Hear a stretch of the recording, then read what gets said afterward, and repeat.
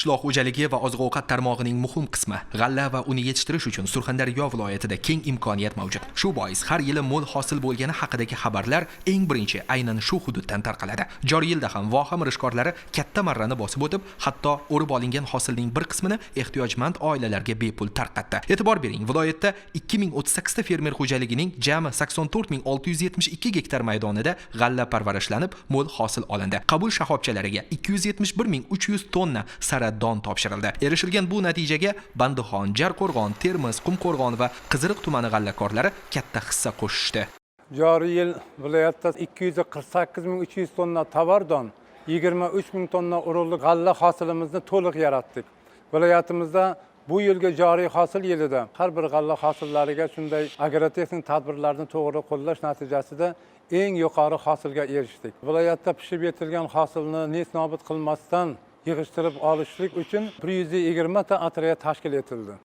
Prezidentimizning shaxsan tashabbusi bilan g'allachilikni rivojlantirishga qaratilayotgan e'tibor hududlarda mahalliy iqlimga mos, erta pishar, boshoqli don parvarishlab, hosildorlikni yildan yilga oshirishda muhim omil bo'layotgani bor gap. Bu yilgi mavsumda ham vohadagi 150 dan ortiq fermer har gektardan o'rtacha 100 sentnerdan hosil oldi. Aniq misollarga o'tsak, Jarqo'rg'on tumanidagi ilg'or fermerlardan biri Chori Cho'tpo'latov bu yil 48 gektar maydonga bug'doy ekkan edi. Hozirda 1 gektardan 105 sentnergacha hosil ko'tarilmoqda. Hech qachon bunchalik biz yuqori hosilga erishmagan edik. Bu yil 100 sentli fermerlarimiz juda ko'p. Buning asosiy sababi muhtaram prezidentimizning bizga shu islohotlarni yaratib bergani, sharoit yaratib berganining evaziga mana shunday hosillarga erishdik. Biz avval g'allani ekmoqchi edik. Har xil moslamalar bilan sochmoqchi edik. Hozir bu yilcha 100% fermerlarimiz g'alla selkalari bilan ham selka ham o egib ketadi, ham birdan o'g'it berib ketadi.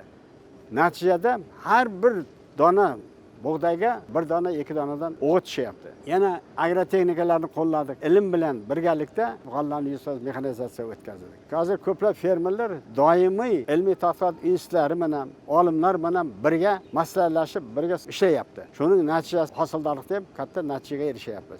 Jarqo'rg'onlik fermer Hamidjon Mansurov o'tgan yili kuzda 75 gektar yerga urug' sochgandi. Shuning 24 gektariga Rossiyadan keltirilgan Bagrat navli bug'doy Turkiya texnologiyasi asosida ekildi. Xorijiy nav hamda yangi texnologiya samara berib, mirishkor bu yil 110 sentnerdan hosil oldi.